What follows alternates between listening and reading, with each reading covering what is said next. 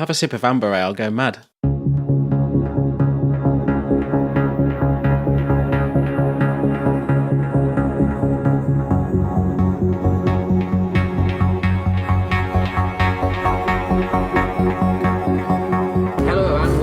To the Science Fiction Rating System preview show, the podcast that shows you trailers for films that will be rated next week. I'm Sam Draper, and I'm joined as ever by Chris Redding. Hello. And Alex. I've got sorry. I've got great start. It's and Alex Humphrey as well. Hello. Hi, Alex. Hi, Alex. Hi. How you doing? Yeah, good. I'm good. Yeah, I'm ready for 1987. 1987. Chris, what have you got? You've got something. I was just going to say, what are your thoughts on ice in a beer? Oh, God. Awful. Bad. Was that the ice going in the beer? Did I literally just... It's bloody hot down here. I heard ice going in the beer. Oh, yeah. Man. Foster's is barely a beer, though, to be honest, isn't it? So that's, you know... No, I've looked out. I've found an amber... piston head amber. You're ruining and good you're putting beer. ice in that. Jesus. Oh man. Yeah, it's hot down here. God. I can't. It's hot up here as well. It's hot everywhere. No excuse to ruin good beer. Also, it's hot a beer, mate. But if you go and put Alex like fucking ice, Alex is only a few miles away from you. Yeah. There's no ice in his beer. No, I drank my beer. It's gone. But Jesus Christ. Yeah. It's hot up here. It didn't expire. Fucking ice in ambers. You're all kinds of wrong, Chris. It is, isn't it? Yeah. Yeah. Maybe back in 1987 they put ice in beer, but not now. Yeah, probably. No such thing as craft then, was there? Craft beer, so I suppose it would be... Yeah, so 97. But before that, we've got correspondence. Oh. Yeah.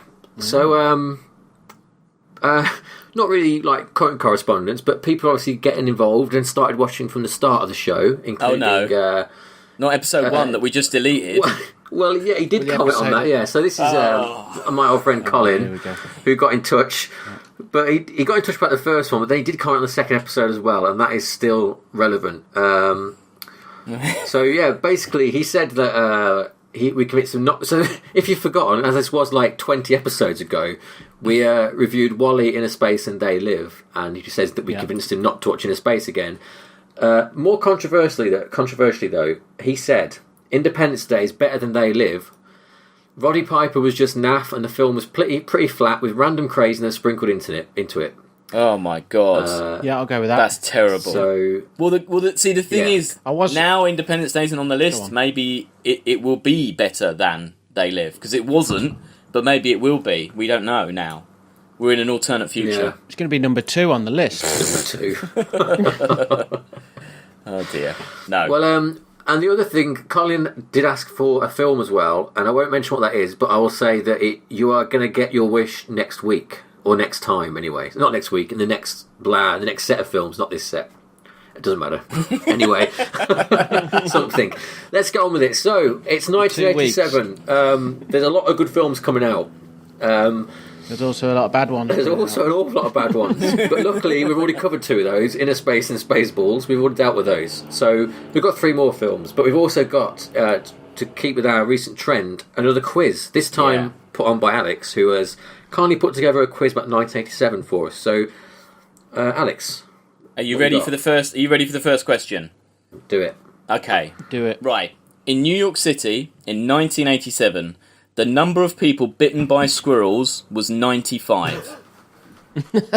How many people in the same year were bitten by other people? In New York? In New York City, in the same year as 1987, 95 people bitten by squirrels. How many people were bitten by people? 2,500. Well, okay. So 2,500, you're saying? Yeah. Okay. I know New York was rough in the 80s, but not that rough, I don't think. I've seen Police Academy. You've seen Police Academy? Was that out this year? I'm going to go with 95 as well. 90, so the same amount as squirrels was... Yeah, I think there's a good parity between squirrels and humans, I think. Yeah. The actual answer is 1,600 people. the hell? So who? I get it. Who's nearer though? Because I'm crap at maths. I think you win that. I do. Yeah, that's Chris. Chris is nearer. Yeah, Chris is nearer. Well done, yeah. Chris. I'm within 1,000. Well done, Chris. New York in '87. It's a crazy place. That is insane. Yep. There you go. I mean, also that's quite a lot of squirrel bites, anyway, isn't it? Really? yeah. That's all. They're the only ones. They're only the ones that were reported. Think of all the unreported squirrel bites that were going on. Yeah. That's. I guess you'd be quite embarrassed to report any squirrel bite, wouldn't you? Where someone biting you, you're going to go straight to the police and go, "This fucker just bit me." So yeah, you're probably more likely to report that. But okay, well, on the crime tip, yep, someone who could sort out unruly squirrels is the Robocop, and that's our first film. A big film, really, a big sci-fi film. One of the staples, I'd say. Alex, you want to give us a sort of synopsis of this one? And I've got a synopsis, yeah. So set in Detroit, in a dystopian near future where the city has been plunged into the worst crime rate it's ever seen, the only way out of complete financial ruin comes when mega corporation Omni Consumer Products are given the power to run the underfunded and overworked Detroit Police Department by the desperate mayor. Their answer to the city's crisis is Robocop, an experimental cyborg merging policeman with unstoppable machine, guided by 3 primary directives. Do you remember the directives, everyone? Don't Google it. Come on. I know this. The Asimov ones, aren't they? The ones don't kill an innocent, isn't it? Serve the public. Serve the public trust.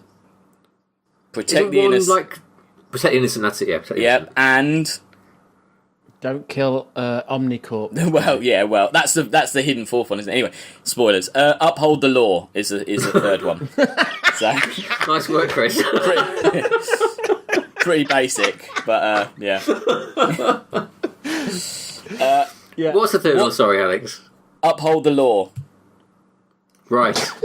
Makes sense, I suppose. He's a cop. Makes sense. Yeah. What could possibly go wrong? You'd have to watch to find out. There you go. Synopsis. Done. Well, I've got an idea now. Yeah. It's good, but it's a bit formulaic. What is? Oh, I'm not talking about the film. I'm talking about Alex's little speech. Oh, you're reviewing Alex's synopsis. Okay, is that not one of my best? I'm sorry. I'll try. The Alex Humphrey synopsis rating system. I'll mark myself when down. They're not prepared. Sorry. I'll try harder next time, Chris. I'm very sorry to disappoint you this time. I enjoyed it. I had a lot on with the quiz. I had a lot on with doing the quiz as well. I enjoyed it, Alex. It was good. Thank you. Yeah, it was good. It's interactive as well. Just making an interactive synopsis. 50-50 feedback. Well, let's hope you can make it better next time anyway. Oh, I should have said, yeah, it's good, but it's really robotic. And oh, Jesus Christ. All right, let's watch the trailer. In a lifetime of on-the-street law enforcement programming, it is my great pleasure to present to you Robocop.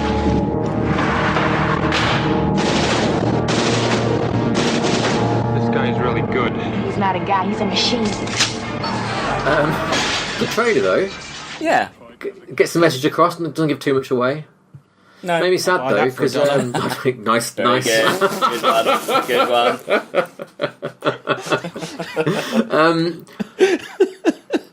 one. Miguel Ferrer there sadly passed away, didn't he, last year or this year? Yeah, he's sorry dead. to hear that. Yeah, we've got a death in each one. Twin Peaks alumni. Also, Ray Wise is in that as well. A lot of Twin Peaks in there. So we've all seen this film, I imagine. Yes. Yeah. How recently? Don't know. Not that long, but not within the last couple of years. Yeah, no, maybe? I can't remember. 5. I haven't seen it in a long time, I don't think. I was weirdly obsessed with Robocop 3, the computer game, as a child. Okay. Which was terrible. But so a lot of my memories of Robocop are that and not this. Which I quite like the TV show. There was a TV series. Oh. There was, yeah. It was like a Saturday afternoon show, like it wasn't very good. Knight Rider or something. Yeah. No, it wasn't very good. But it had the music, and I liked the music. Yeah. Bum bum bum bum. Great music. Yeah. I'm hoping this is going to be as good as I remember. I remember this being amazing, so this better be good, basically. Yeah, I remember it. Yeah. It's one of those ones where you don't need to watch it often because it's very good, but not good enough to watch a lot. You know what I mean? Just sits in your memory as a good film. Yeah. I don't know. I'm hopeful. Yeah. Yeah, definitely. Yeah. We shall see. Okay. Quiz number 2. Question number 2. Right. Rick Astley's Never Gonna Give You Up was a worldwide #1 hit in 1987, and it became the best-selling single of that year in the UK. But how many weeks was it at #1 in the UK? 15 weeks. 15 from Chris. Okay. I don't know music. I don't want to keep saying no as if like I know what's going on. 15 from Chris. That's probably way I can't too imagine because I haven't heard it then. I'm going to say 6. 6. We're 6. 6 weeks. Yeah. 6 weeks. Okay. The That's answer like a lot, was... but not enough to have heard of it, I think. No. The answer is 5 weeks. So Sam gets that one. Yes. Well done. 1-1. Very good. Cool. Okay. Interesting. Best not get rickrolled when you click the next YouTube clip for Batteries Not Included, which is our second film. Chris. Batteries Not Included.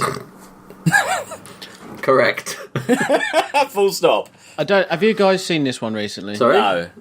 Have you seen this? No, last time I would have seen this was, you remember at Christmas? They used to always show it at Christmas, didn't they, on TV? Yeah. I think I saw it this Christmas. Oh, right. Like, I watch it whenever it comes on TV. It's a great... Well, we won't go into that. Spoilers. So, it's a story about an old diner in New York, and there's a building, there's like some condo flats above it, and it's a rundown building. A property developer wants to knock it down like he has done the whole street and build a big skyscraper.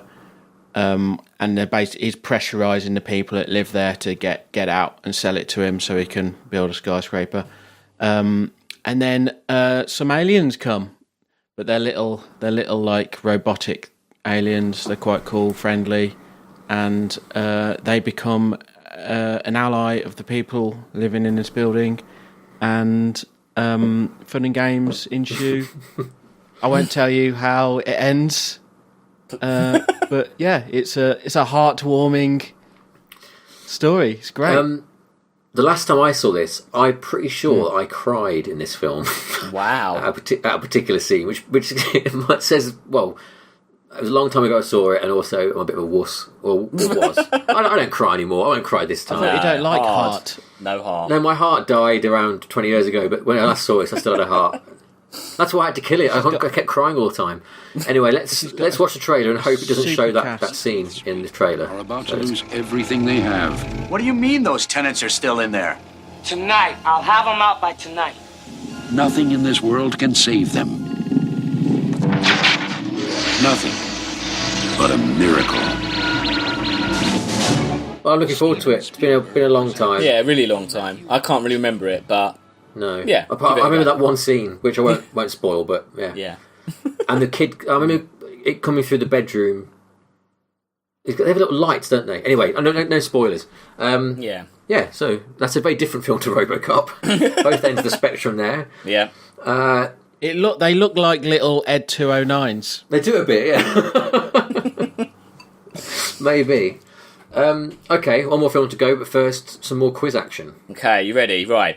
1987 was the year the live-action He-Man movie was released in the US, which is terrible. And we talked about maybe reviewing it, but we're still not... Jury's out whether it's fantasy or sci-fi, but whatever, anyway.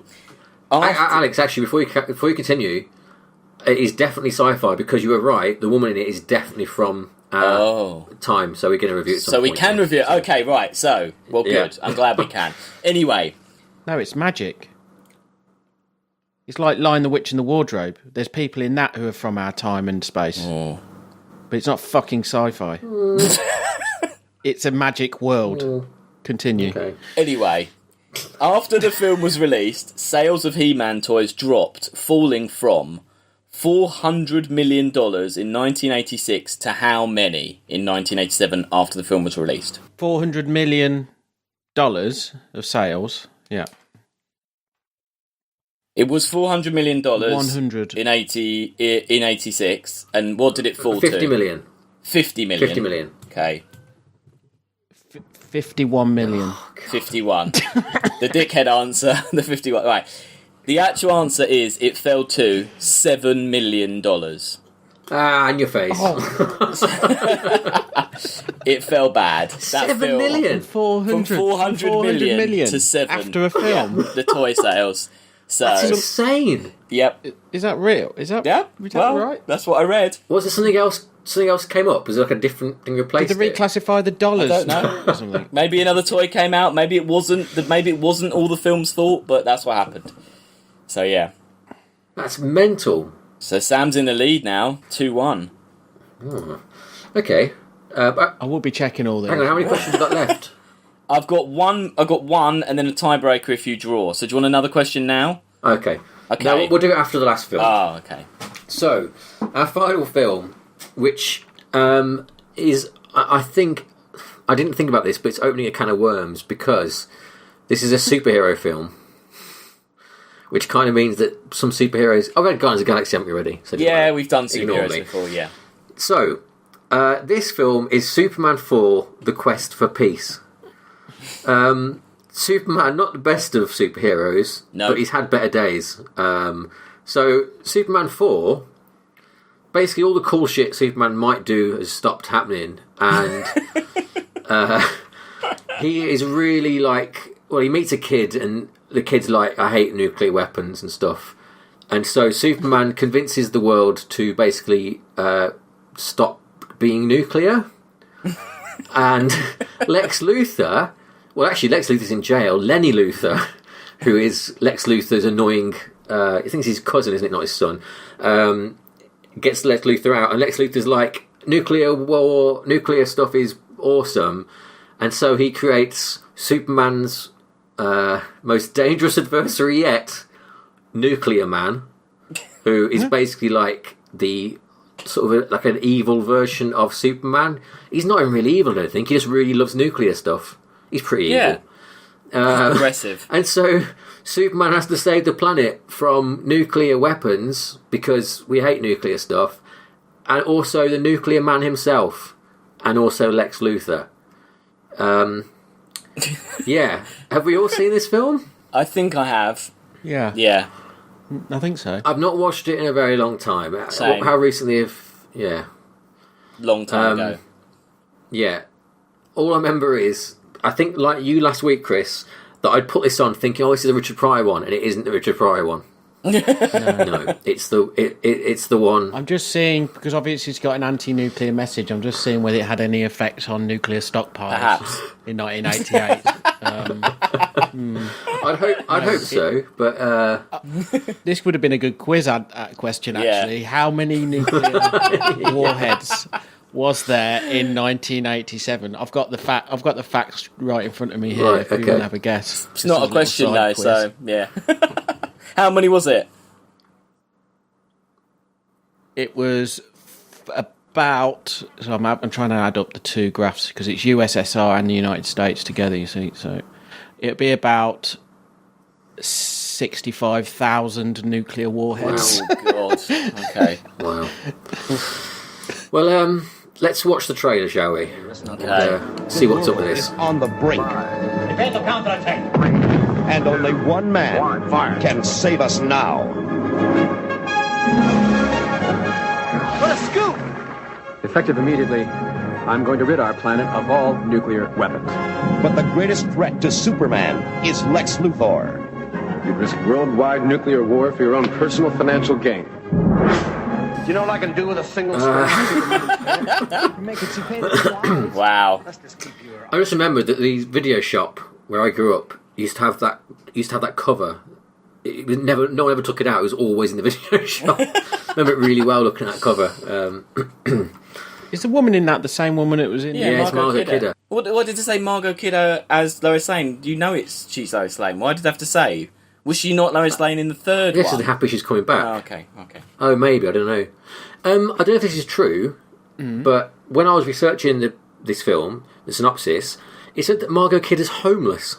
She had a really bad breakdown Yeah, she had a really bad breakdown. Did she? Yeah, really bad breakdown. I think she was found in someone's backyard and she'd bitten all her nails off.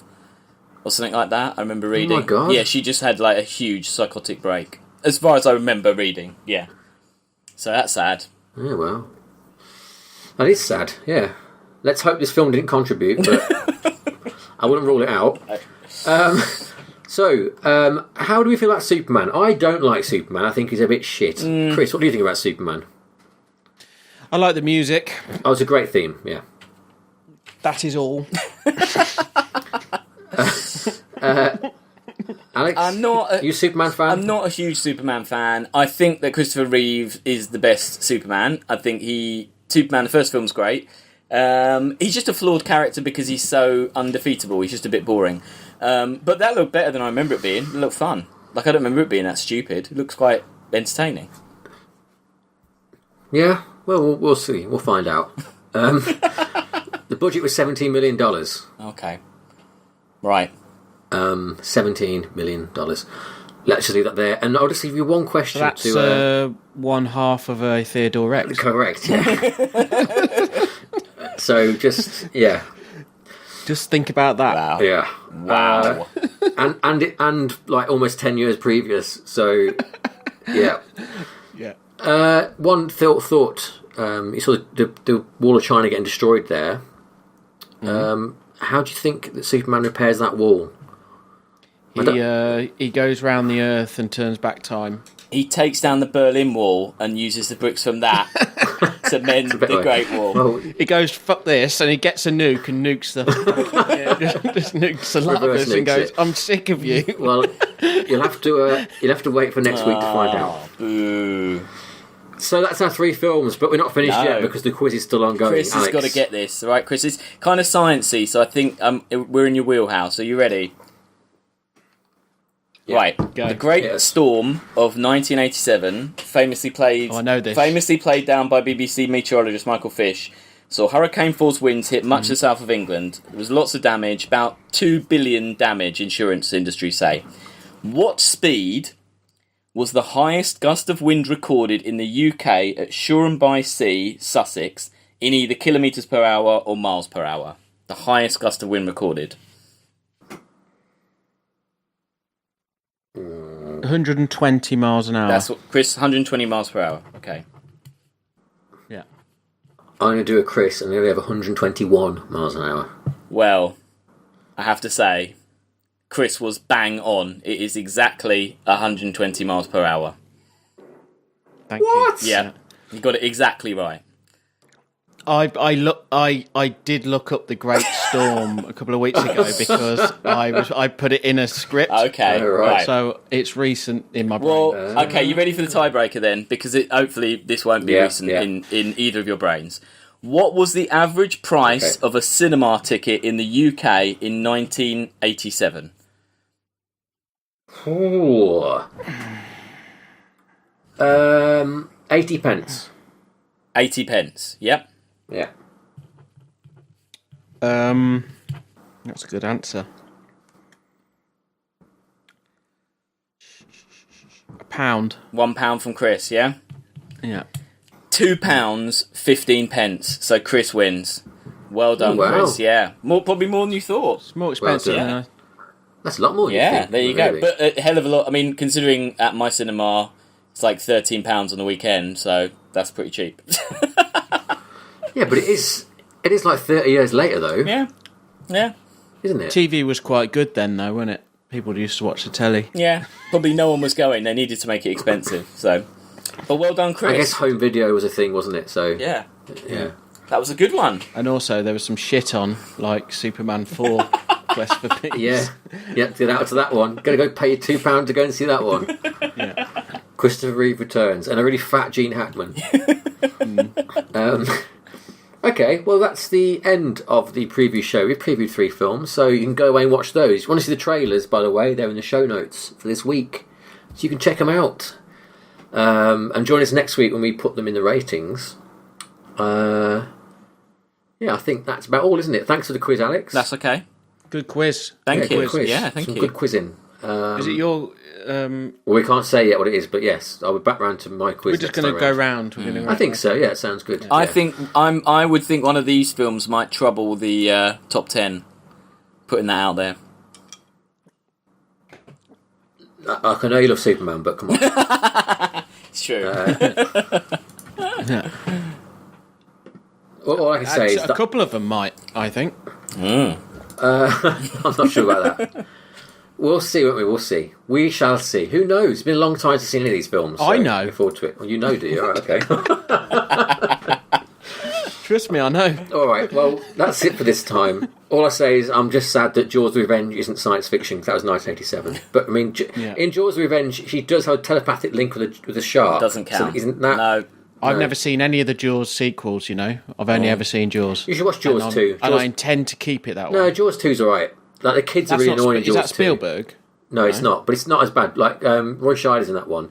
And there are, like, annoying kids, but that's got... The first half of that's really good, and it ends quite well as well. Okay. But don't watch 3 and 4. It hasn't got as good dialogue and speeches as the first one. No, but it's... Right? No, not at all. But it's very, like... It's at least similar in tone. Like, 3 and 4 are just, like... Just awful. 3's absolutely hilarious. awful. Yeah, 3's terrible. Yeah, 3's funny. 4 is... like abysmal, absolutely abysmal. Like one of the worst films of all time. But 2's definitely worth watching. Yeah. Cool. Anyway, that's not science fiction. That's Jaws. So, that's the end. And for the science fiction... Oh, also, you know what's funny? Sorry, one more thing about Jaws' Revenge. I'm pretty sure that Michael Caine made them put a box around his name on the poster. Really? That's one of the agreements with him. I think so, yeah. I'm pretty sure. Isn't that the thing, that famous quote is like, people said... That film's... Yeah, well, people said that film's terrible, and he said, I don't care, it paid for my house. Something like that. Yeah. Yeah. And he got a box around his name. I wonder if they invented that thing for then. You know, putting a box around, you know. Maybe, I don't know. Who knows? That's for him. We'll never know, because it's not science fiction. But anyway, so that's the end. Stop talking about Jaws. Jaws is the best film. Anyway, let's move on. For the science fiction rating system, I've been Sam Draper. I've been Chris Redding. And I've been Alex Humphrey. Good night.